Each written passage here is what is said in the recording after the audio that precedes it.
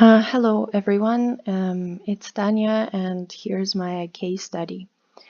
My boy is called Billy. He's 7, he's in grade 2 currently. He attends integrated program in our school, which means that he has 4 hours of English and 4 hours of Vietnamese every day. Considering his prior academical background, he pretty much went the whole way with the company. So after completing Vietnamese nursery, he um, got into Kinderworld International Kindergarten, which is our daughter company that prepares kids for our school. So he's been there, he was there for 3 years. And every year he had some kind of problems of different sorts, and the teachers were not happy with the progress that he was making because they said that he was not mature enough. He was not big enough. He was not old enough to be in the year that he was. So he kept being pushed from one year to another, even in kindergarten. So all of this started back then.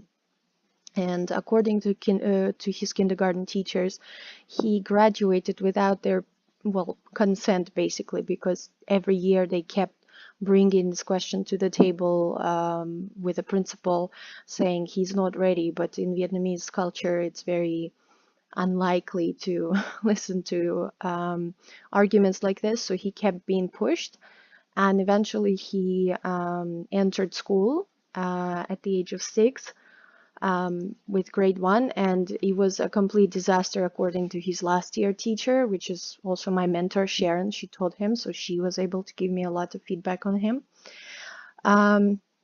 She also was against him entering school, and she was against him going to the 2nd grade because she said that he wasn't mature enough, and the amount of work that our school's curriculum kind of demands, he was not able to do it in any way.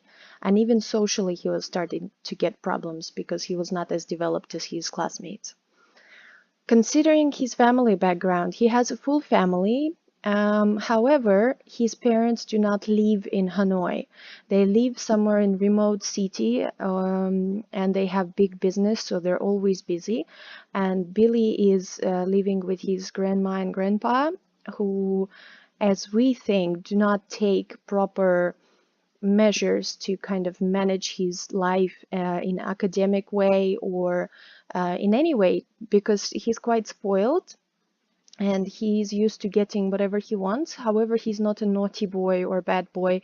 He just being babysat and being taken care of as he was a baby. They don't let him do anything. He also has a nanny, so a child has no reason to be organized or responsible for anything. He also have older brother that also attends our school, but his brother has completely different feedback from his teachers. He is apparently really mature, really smart, really polite boy, and he has great attitude towards his schoolwork. So we really don't know why it's such a drastic difference between them two. Most problems in class that he has are connected to his attention span.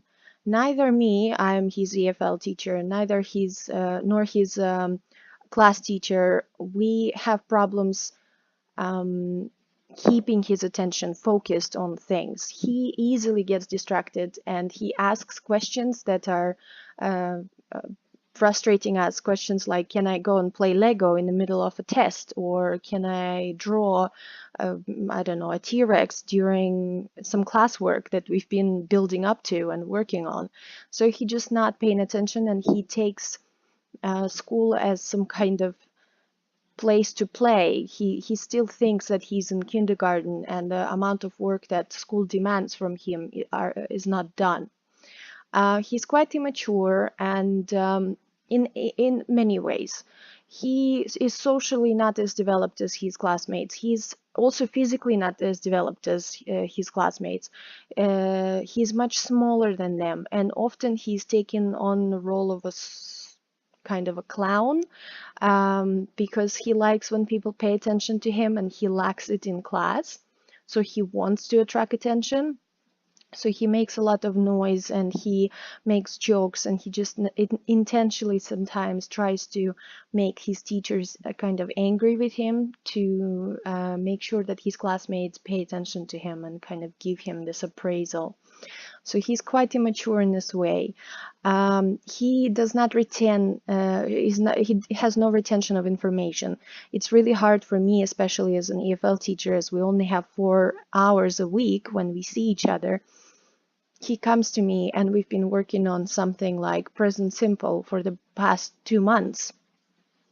And the next lesson he comes, he just not able to recall any of information we've been doing. And I've tried different techniques where I would finish with an exit ticket and start with a do now. I would give him a lot of hints. He just does not remember anything. I tried to connect his experience to the grammar that we were learning.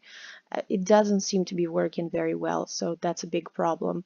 He's not consistent with neither his progress that he's making, but sometimes he's really, really good for a couple of weeks and then he just drops and goes back to doing nothing. He's also not consistent with his homework. His class teacher has a chart where she ticks every day's homework, and I could see it, and it's not consistent. Sometimes he's doing it, sometimes it's only done half, things like that. And he's really sensitive. Again, we think that it's due to his immaturity. He's really shutting down every time that he has been given any kind of constructive feedback, even if it's done in a very soft manner, especially if it's done in front of other people. He just refuses to do anything. He just sits and stares in one spot for as long as it can be, and it's impossible to get him out of there. We tried many things and he's just completely shutting down. However, he has some strong suits, and we can see that he's very kind. He always likes to be the middle of attention, but he wants this attention to be positive most of the time. He's very kind. He's trying to help his classmates. He's very socially inclined, but not there yet compared to his classmates. So he is, and his classmates are on a bit different level with their development. He's very artistic. He likes to draw and color things. It's his favorite thing, and he really blooms when we allow him to do such work, and he's very artistic, and whenever he's given praise, he's just thriving. He's very empathic, so he can cry if somebody else is crying. So again, things that kindergarten kids might do, but it often also helps him to kind of make friends, but at the same time at school setup, it's a bit more stressful right now, so he gets anxious often because of this thing. He's also very creative. I could see in our EFL lessons that he wants to tell me something or some stories that he would think about, and he wouldn't be able to, he just doesn't have vocabulary, so that's a bit hard for us to go over. And with social interactions, as I already mentioned, he's a very people's person. He likes to be around people and he likes to be in the middle of attention. So that's what he's successful with. What we've done before to help him is we try to give him positive reinforcement for anything that he's doing correctly on a regular basis, and we can see how much it affects him positively. He really has this desire to keep getting this reinforcement, to keep getting praise. So he really tries hard. That helps a lot. We try to give him differentiated instructions and the differentiated tasks as well, because if he is able to build confidence during the process of learning, starting from the point where it's kindergarten point, but he does it correctly, and then he goes to the next, he's ready to challenge himself if being given differentiated instruction.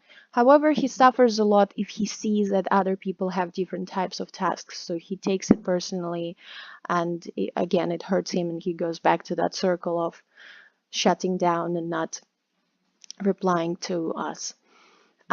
His formative and summative assessments been accommodated on a regular basis and modified for him. So he usually is given simpler tasks, or he's been given help during writing test when we would read things for him out loud, because his reading is his big problem.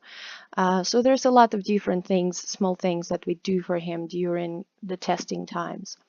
Also, during EFL classes, he has the small do nows and exit ticket sessions that he thinks are kinds of games, so he really likes them, and it kind of helps him to remember parts of what we've done. So I think that's a progress, because before they weren't helping, but I kept doing it, and now we have some kind of result of it, and that's, I think it started working, so I'm going to continue doing this.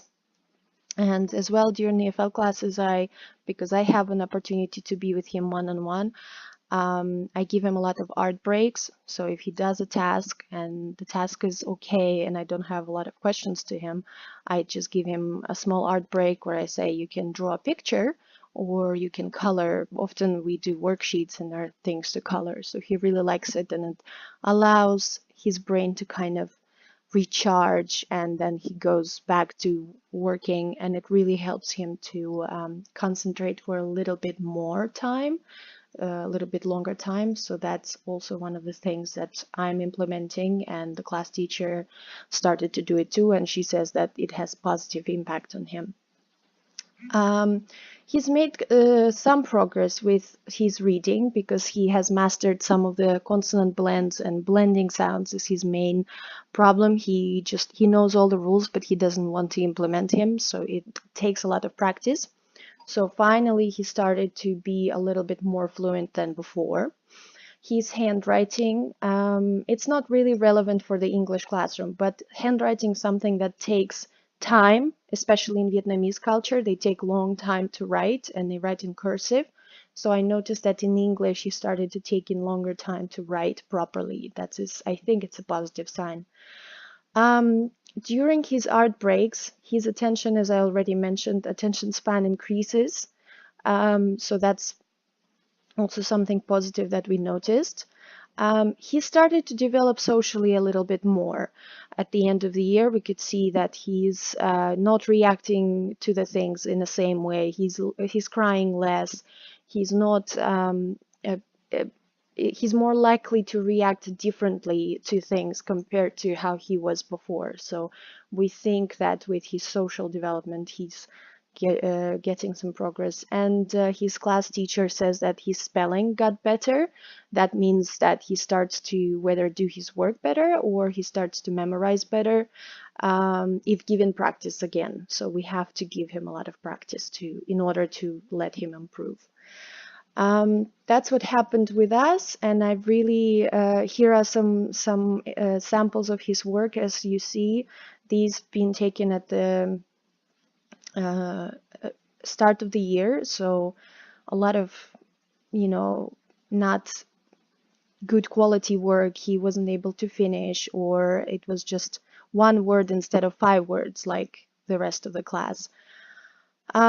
Here is something that he's done recently, so you can see that even the artwork started to get better, and he's able to finish more times of copying the word than before. He started to write short texts. However, in 2nd grade, the requirement is full-on 2 passages about something, about the picture, but this is what he's at now, the level. And some of the work he's still not able to do properly, so he just does it. He finishes it now, but he's not thinking about whether he's finishing it correctly or not. And that's pretty much it. I would like to hear your advice. Thank you for taking your time. Bye-bye.